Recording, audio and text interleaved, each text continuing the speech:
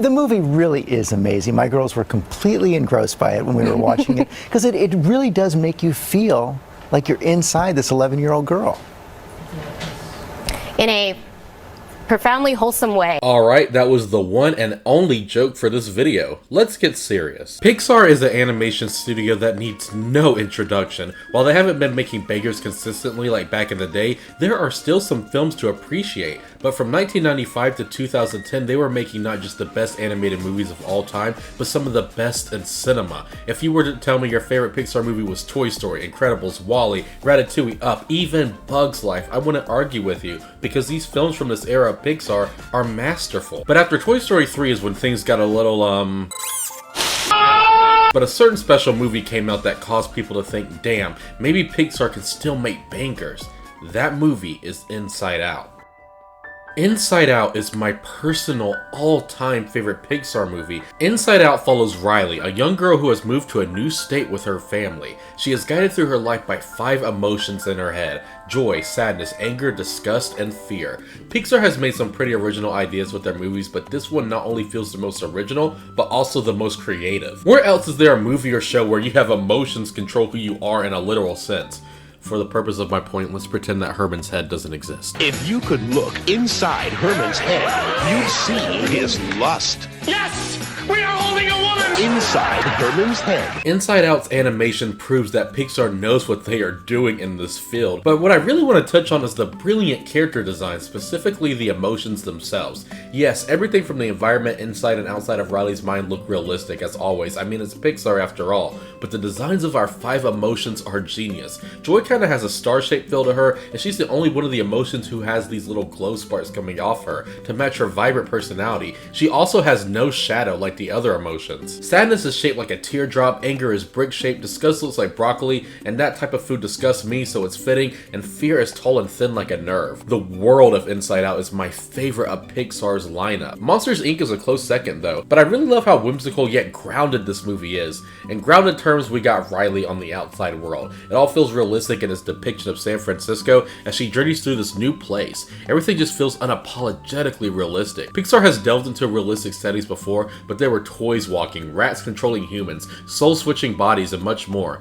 In the real-life world of Inside Out, there's nothing really outside of the unusual here. Now you go inside Riley's mind and right off the bat, it's just so inspired. From the opening, we get the birth of Riley and we see how she's a bundle of joy.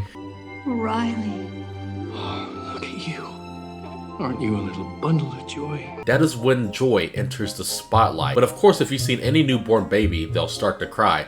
Enter sadness, and right from the get-go, you see that joy and sadness do not see eye to eye. A lot more on that later, though. As Riley ages, headquarters gets more crowded from more emotions, and they're causing more memories to be gathered. Each day, Riley creates memories, and sometimes even core memories. Memories that you'll remember until you die.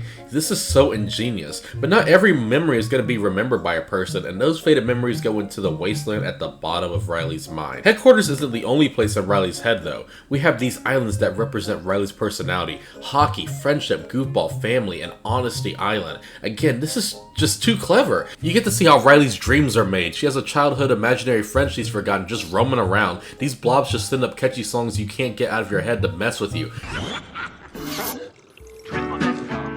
This again? There's a train of thought. Opinions and facts are in the same boxes. There's just so much thought put into the landscape inside Riley's head, and it's all perfect, perfect, perfect. Whenever the movie flips to the real world and back to Riley's head, it's seamless and the two opposing worlds never clash. God, I love this movie. Cinema. The movie really hones in on the fact that joy, sadness, and Riley are the main characters. Yes, we have Riley's parents and the other 3 emotions, but this is really a road trip movie between sadness and joy, and a coming of age story as Riley suffers without having these emotions controlling how she feels. Arguably, sadness and joy is Riley's most important emotions. Joy thinks she's the most vital out of all the 5 in her head. When you hear the names of all the emotions, you'll realize that joy is the one emotion that is positive. Who wants to feel anger all the time, sadness, or be scared a lot? Joy is the emotion that'll look at the memories that are made in the day, and if they have more than her, she'll get upset because she just wants Riley to be happy, not disgust or anything else. In a way, Joy is kind of like a mother figure to Riley, and while it's not explicitly said, it's definitely alluded to. When sadness touches a core memory, Joy gets frantic, and it causes both of them to be kicked out of headquarters, and they must find their way back before Riley loses herself as a person altogether. This is where we're introduced to Bing Bong, Riley's imaginary friend who just wanted to take Riley to the moon, but alas, he has been forgotten because Riley has grown up. Honestly, Bing Bong should be relieved he wasn't forgotten as an imaginary friend in a week, like a certain movie that was released and everyone forgot about. Okay, maybe there was gonna be more than one joke in this video. One of my favorite things about this movie was the marketing. There was trailers, TV spots, and more. Bing Bong was not seen in a single advertisement, so he was a total surprise in the movie. When watching this for the first time in 2015, I was so compelled by the story and characters, so when Bing Bong showed up, I got anxiety. This is a movie that absolutely does not need a twist villain. There's so many moments where the movie could have gone the easy route. Bing Bong leads them into a dangerous room because he allegedly can't read. He's given a bag filled with Riley's core memories. He sometimes slows them down because he gets sad or distracted, but this is just because he's a little naive, dumb, but still adorable. This movie does not take that cliche route of causing him to be a twist villain, and it's one of my favorite aspects of this movie. During this whole journey back to headquarters, we see Joy's true colors, how she's always put her positive ideas in front of everyone else's thoughts, how she's just always so damn happy when really someone needs a moment to be sad so they can embrace that sorrowful spirit to move on. I think a fair criticism to say about this movie is that Joy is an unlikable character. But no, it's not. Joy is a flanderization of herself. So are the other emotions. They all have a personality trait and it's amped up to the extreme because that is their purpose. Joy is supposed to be constantly happy because that's all she knows. I get people could get annoyed by this, but what's interesting is how this movie feels like a commentary on toxic positivity. Now, I will admit, Joy does have her arrogant moments where she is too upbeat, but that is the literal point, so I can't get upset. Sadness also has her annoying moments where she is too depressing, but that is also the literal point, how these two opposite personalities must learn to merge. Joy's self-discovery and learning that sadness is just as important as her is some of Pixar's best writing. There's a moment where things literally go off the rails and Joy betrays Bing Bong in sadness. This causes Joy and Bing Bong to fall into the pit where Riley's forgotten memories are. Not only is Bing Bong going to be completely forgotten, but Joy will be too. Out of all the many scenes in the many Pixar movies, this is my all-time favorite scene. We watch as Joy latches on to Riley's memories, how this entity who has tried to stay upbeat throughout this entire film breaks down crying because all she wanted to do was make Riley happy. Then she discovers that Riley doesn't just need to be joyful, she also requires sadness. When I saw this movie for the first time, the tears were flowing. Then things get hopeful as Bing Bong and Joy find a way to get out of the pit, but Bing Bong sacrifices himself for Joy to save the day. Then the tears started flowing again. Take her to the moon for me, okay?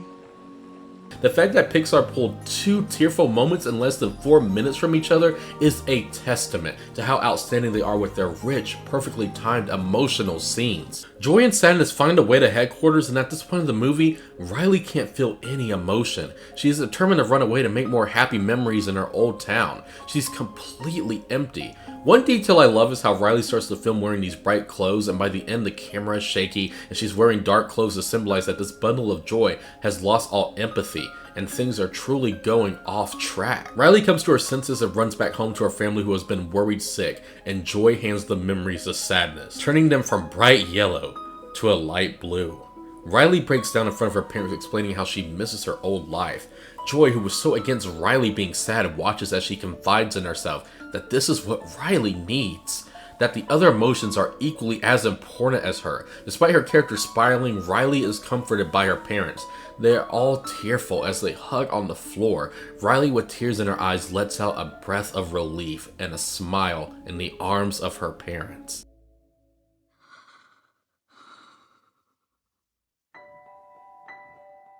A new memory pops out, one that is both blue and yellow, happy and sad. Without a shadow of a doubt, this is the best lesson in a children's film I've ever witnessed. That lesson being, it's okay to be sad. This is such a fragile, heavy subject that if put into the wrong studio's hands, would have turned out disastrous. I think many people, including myself, only want to feel happiness in this lifetime. It would suck to just be constantly sad, fearful, disgusted, and angry. We all want to walk around this gloomy earth happy constantly, but this isn't how life works. We need that sadness to feel something. A breakup, a death, a betrayal. When you lose something, we need to feel sadness to make us feel human, no matter how pitiful you feel. Of course, at some point you need to pick yourself up again and find that true happiness, but this movie truly shines light on the fact that feeling sad is okay. Sadness is needed so you can appreciate the things that make you happy. Inside Out is a revolutionary coming-of-age story. Whether or not Inside Out 2 captures the same magic as the original, we still have this film with an engaging lesson, delicate music, a vibrant and creative world that'll teach an important lesson that you'll never forget. This film is definitely a core memory.